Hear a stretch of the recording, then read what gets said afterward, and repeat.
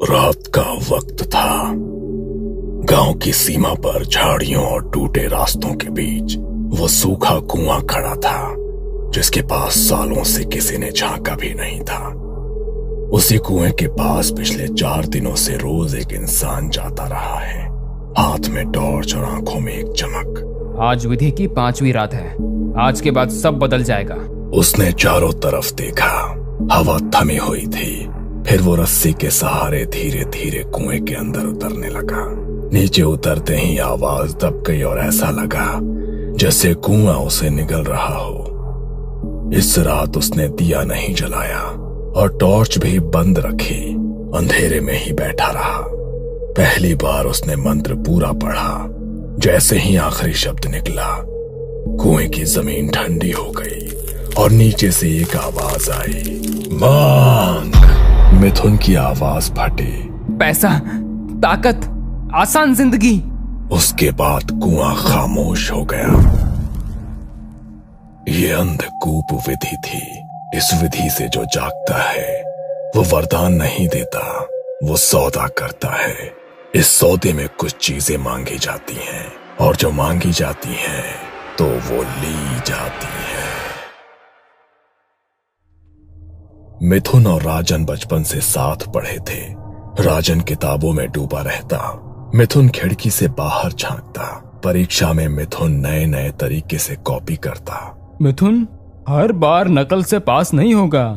अरे यार, दिमाग का सही उपयोग शॉर्टकट निकालना है। समय बीतता गया। राजन की सरकारी नौकरी लगी, शादी हो गई, जिंदगी सधी हुई सी हो गई। मिथुन कभी नौकरी करता, कभी छोड़ देता।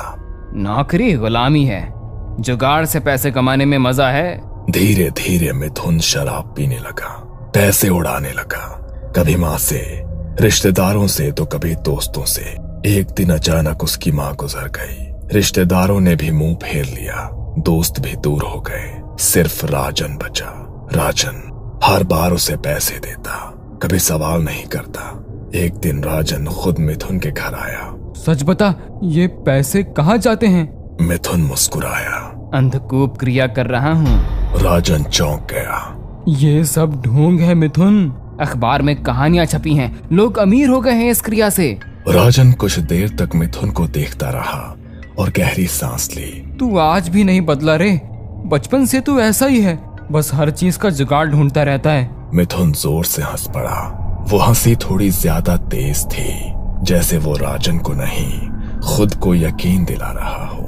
अरे राजन बाबू, जो बदल जाए वो इंसान ही कैसा। मैं तो बस हमेशा आसान रास्ता निकाल लेता हूँ। अरे छोड़ ये सब, तूने कुछ बनाया तो नहीं होगा। चल मैं तुझे खाना खिलाता हूँ। दोनों घर से निकले, पास के पुराने होटल में जाकर बैठे। खाना आते आते बातें अपने आप पीछे चली गई। स्कूल के दिन, वो सपने जो तब बहुत आसान लगते थे। खाना खत्म होते होते मिथुन फिर उसी विषय पर लौट आया। राजन, ये अंधकूप क्रिया कोई नई चीज नहीं है, ये सदियों पुरानी विधि है। फिर वही? अरे सुन तो सही। ये क्रिया सूखे कुएं में की जाती है, बस 5 दिन और इंसान की सारी इच्छाएं पूरी। राजन चुपचाप सुनता रहा। कुछ ही दिनों में सब ठीक हो जाता है। पैसों की दिक्कत, काम की टेंशन, सब खत्म। एक बार ये क्रिया कर ली ना, फिर मैं तुझे पार्टी दूंगा और अपनी एक गाड़ी में घुमाऊंगा। राजन ने भौहें चढ़ाई। तुझे ये सब किसने बताया? मिथुन ने जेब से अखबार का एक पुराना पन्ना निकाला। मैंने जेल के न्यूज़पेपर में पढ़ा, कई लोगों की कहानियां छपी हैं, सब अमीर हो गए, सबकी किस्मत बदल गई। मैं रोज अखबार लेता हूँ, उसमें पूरी विधि भी छपी है, बहुत आसान है। हर बार की तरह इस बार भी तूने कोई नया टोटका निकाल लिया है। तू कभी नहीं सुधरेगा रे मिथुन। मिथुन ने कुछ नहीं कहा, बस मुस्कुराता रहा। कुछ देर बाद दोनों होटल से निकले और अपने अपने रास्ते चले गए। कुछ ही दिनों में मिथुन गांव की सीमा पर उस सूखे कुएं के पास जाने लगा। उसने झाड़ियां काटी, मलबा हटाया, पीठ पर झोला और हाथ में टॉर्च। यहाँ वहां देखता हुआ वो धीरे धीरे कुएं के अंदर उतरने लगा। कुएं के अंदर जाकर उसने एक पुराना दिया, थोड़ी काली मिट्टी और एक अखबार का फटा हुआ पन्ना बाहर निकाला। वो कुएं के तल में बैठ गया और दिया जलाया। फिर उसने चारों तरफ मिट्टी फैलाई। फिर अखबार के उस पन्ने को पढ़ने लगा। जो नीचे है उसे नाम नहीं दिया जाता। मिथुन को उस रात कुछ नहीं हुआ। बस जाते वक्त उसे लगा कुएं की दीवारें थोड़ी और पास आ गई हैं। मिथुन ने पहले ही दिन विधि का सारा सामान कुएं में रख दिया था। मिथुन कुएं के तल पर बैठा, दिया जलाया और उसने झोले से लोहे की 3 कीलें, नींबू और जली हुई लकड़ी की राख निकाली। मिथुन ने राख से जमीन पर एक गोल घेरा बनाया, बीच में नींबू रखे और कीलें दीवार में ठोक दी। हर कील के साथ कुएं में गूंज बढ़ती गई। उस रात उसे पहली बार लगा जैसे कोई नीचे से उसे देख रहा है। तीसरी रात उसने एक काली चुनरी, तेल की शीशी और वही अधूरा मंत्र बाहर निकाला। और जैसे ही उसने मंत्र दोहराया, कुएं के अंदर से आवाज आई। कोई शब्द नहीं, बस एक भारी सांस। मिथुन का शरीर जम गया, लेकिन उसने क्रिया नहीं रोकी। उस रात जाते समय उसने साफ सुना, फिर आना। चौथी रात कुआं जली हुई लकड़ी की बदबू से भरा था। मिथुन के हाथ कांप रहे थे, फिर भी वो नीचे उतरा। उस रात उसने पहली बार जोर से बोला, मुझे चाहिए।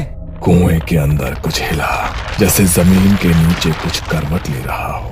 मिथुन को लगा अब पीछे हटना नामुमकिन है। 5वीं रात। इस रात उसने दिया नहीं जलाया और टॉर्च भी बंद रखी। अंधेरे में ही बैठा रहा। पहली बार उसने मंत्र पूरा पढ़ा। जैसे ही आखिरी शब्द निकला, कुएं की जमीन ठंडी हो गई और नीचे से एक आवाज आई, मांग। मिथुन की आवाज फटी, पैसा, ताकत, आसान जिंदगी। उसके बाद कुआं खामोश हो गया। अंधकूप विधि पूरी होने के बाद ज्यादा वक्त नहीं लगा। अगले ही हफ्ते से मिथुन की जिंदगी ऐसे पलटने लगी जैसे किसी ने अचानक किस्मत का पन्ना पलट दिया हो। पहले हफ्ते ही उसने जुए में हाथ आजमाया। वो जो हमेशा हारता था, उस दिन लगातार जीतता गया। एक दांव, फिर दूसरा, फिर तीसरा। लोग हैरान थे, मिथुन खुद भी हैरान था। कुछ ही दिनों बाद एक लॉटरी का टिकट लगा, फिर दूसरी, फिर तीसरी। इतना पैसा जिसे उसने कभी एक साथ देखा भी नहीं था। और अजीब बात ये थी कि मिथुन ने मेहनत कुछ भी नहीं की थी। पैसा खुद चलकर उसके पास आ रहा था। फिर बड़े काम मिलने लगे। कोई जमीन बिकवाना चाहता था, किसी की पुरानी हवेली का सौदा था, किसी की कब्जे की जमीन खाली करवानी थी। जहां दूसरे लोग महीनों अटक जाते, वहां मिथुन 2 बातों में काम निपटा देता और हर सौदे के बाद पैसा मिलता, ढेर सारा पैसा। कुछ ही महीनों में उसने नया घर बनवा लिया। पुराना टपकती छत वाला मकान अब सिर्फ याद बन चुका था। नया घर, ऊंची दीवारें, चमचमाता फर्श और ऐसी छत जो ऊपर देखकर दिखाई भी ना दे। फिर एक दिन नई गाड़ी खरीद ली। उसी गाड़ी में बैठकर मिथुन राजन के घर पहुंचा। इंजन की आवाज सुनकर राजन बाहर आया। देखा, कहा था ना, सब हो जाएगा। राजन मुस्कुराया। वो खुश था, सच में खुश, लेकिन दिल के किसी कोने में एक अजीब सी घबराहट थी। राजन उसे घर के अंदर ले गया, चाय बनाई। ये पहली बार था जब मिथुन राजन के घर आया था। चाय पीते पीते मिथुन ने कहा, राजन, तू और भाभी संडे को मेरे घर खाना खाने आओगे? कोई बहाना नहीं चलेगा? राजन ने मुस्कुराकर हाँ कर दी। संडे को राजन और उसकी पत्नी काजल मिथुन के घर पहुंचे। गाड़ी गेट के अंदर घुसी तो राजन की आंखें खुली रह गई। उसके मन में एक ही बात आई, कहाँ वो पुराना घर और कहाँ ये आलीशान महल। घर में कदम रखते ही नौकरों ने खातिरदारी शुरू कर दी। पानी, शरबत, फल, हर चीज बिना पूछे सामने। तभी मिथुन कमरे से बाहर आया। राजन उसके लिए मिठाइयों का डब्बा लाया था। अरे ये सब लाने की क्या जरूरत थी? तू तो मेरा भाई है। मिथुन ने नौकरों को हुक्म दिया, राजन और भाभी को जो चाहे वो खिलाओ, किसी भी चीज की कमी नहीं होनी चाहिए। थोड़ी देर में ढेर सारी डिशेस आ गई। तीनों मजे से खाना खाने लगे। हंसी, पुरानी बातें और सुकून। पर राजन के मन में एक सवाल अब भी अटका था। मिथुन, ये सब कैसे हुआ? वो क्रिया? मिथुन ने खाना रखते हुए कहा, उसी की वजह से तो सब हुआ। मैंने कहा था ना, एक बार वो क्रिया कर लूं तो सब सही हो जाएगा। फिर हंसकर बोला, देख, आज पार्टी भी मिल रही है। खाना खत्म हुआ। मिथुन ने खुद राजन और काजल को गाड़ी में बैठाकर उनके घर छोड़ा। राजन गाड़ी में बैठकर पीछे मुड़कर उस आलीशान घर को देखता रहा। उसके चेहरे पर मुस्कान थी, लेकिन दिल में एक अजीब सी बेचैनी, क्योंकि जिस तरक्की में मेहनत ना हो उसमें अक्सर कोई और कीमत चुकानी पड़ती है, और मिथुन वो कीमत अभी जानता नहीं था। कुछ महीनों तक सब कुछ ठीक चलता रहा। मिथुन ने सोचना ही छोड़ दिया कि ये सब क्यों हो रहा है, लेकिन अंधकूप विधि के कुछ महीने बाद हवा बदलने लगी। सबसे पहले एक सौदे में गड़बड़ हुई। मिथुन ने एक पुरानी हवेली बिकवाई थी, कागज पूरे सही से देखे बिना। बाद में पता चला कि जमीन किसी और के नाम से दर्ज थी। असल मालिक ने हवेली के नए मालिक को धमकाया। हवेली के नए मालिक ने सारा इल्जाम सीधा मिथुन पर डाल दिया। हवेली के मालिक ने मिथुन का कॉलर पकड़ा। आखिरकार मिथुन को अपने ही पैसों से नुकसान भरना पड़ा। पहली बार उसके हाथ से पैसा पीछे की तरफ गया। फिर जुए में हार शुरू हो गई। जो हाथ कभी खाली नहीं जाता था, अब हर बार डूबने लगा। लॉटरी अब लगती ही नहीं थी। जमीन के सौदे आखिरी वक्त पर टूटने लगे। लोगों के फोन आने बंद हो गए। लोग उससे नजरें चुराने लगे। मिथुन को कुछ समझ नहीं आ रहा था। उसने वही किया जो वो हमेशा करता था, भागने की कोशिश। लेकिन इस बार किस्मत से नहीं, किसी और से रातें बदलने लगी। अब वो सुकून से सो नहीं पाता था। हर रात एक ही सपना, वो किसी अंधेरी गुफा में फंसा है। चारों तरफ नमी, सीलन और अंधेरा। वो बाहर निकलने की कोशिश करता, लेकिन रास्ता नहीं मिलता। सांस फूलने लगती, सीना पत्थर की तरह भारी, और तभी वो हड़बड़ाकर नींद से जाग जाता, पसीने से भीगा हुआ। कभी कभी उसे लगता कि घर में कोई है, कोई कोने में खड़ा उसे घूर रहा है और कुछ मांग रहा है, लेकिन क्या है वो नहीं समझ पाता। पैसे खत्म होने लगे। मिथुन ने अपनी गाड़ी बेच दी ताकि घर में चूल्हा जल सके। जिस गाड़ी में वो कभी शान से बैठता था, आज वही उसके हाथ से चली गई। और फिर एक रात उसे लगा जैसे कोई उसका गला दबा रहा है। सांस रुक नहीं रही थी, आंखें फटी हुई थी। वो बिस्तर पर छटपटाता रहा, लेकिन कमरे में कोई नहीं था।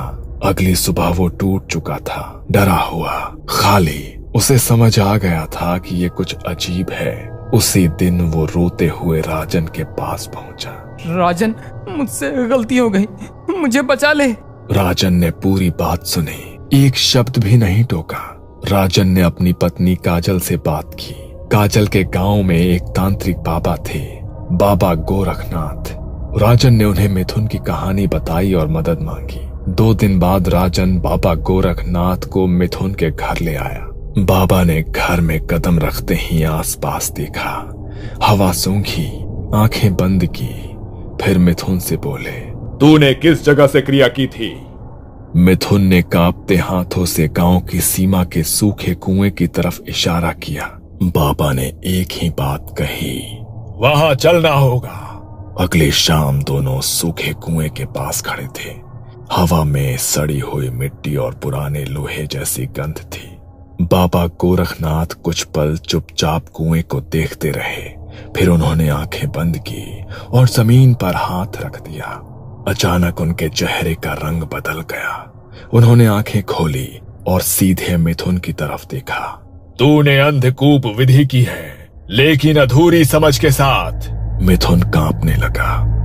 बाबा, सब कुछ अखबार में जैसा लिखा था वैसा ही किया था। बाबा ने धीमी आवाज में कहा, अखबारों में सच पूरा नहीं लिखा जाता बेटा। उन्होंने कुएं की तरफ इशारा किया।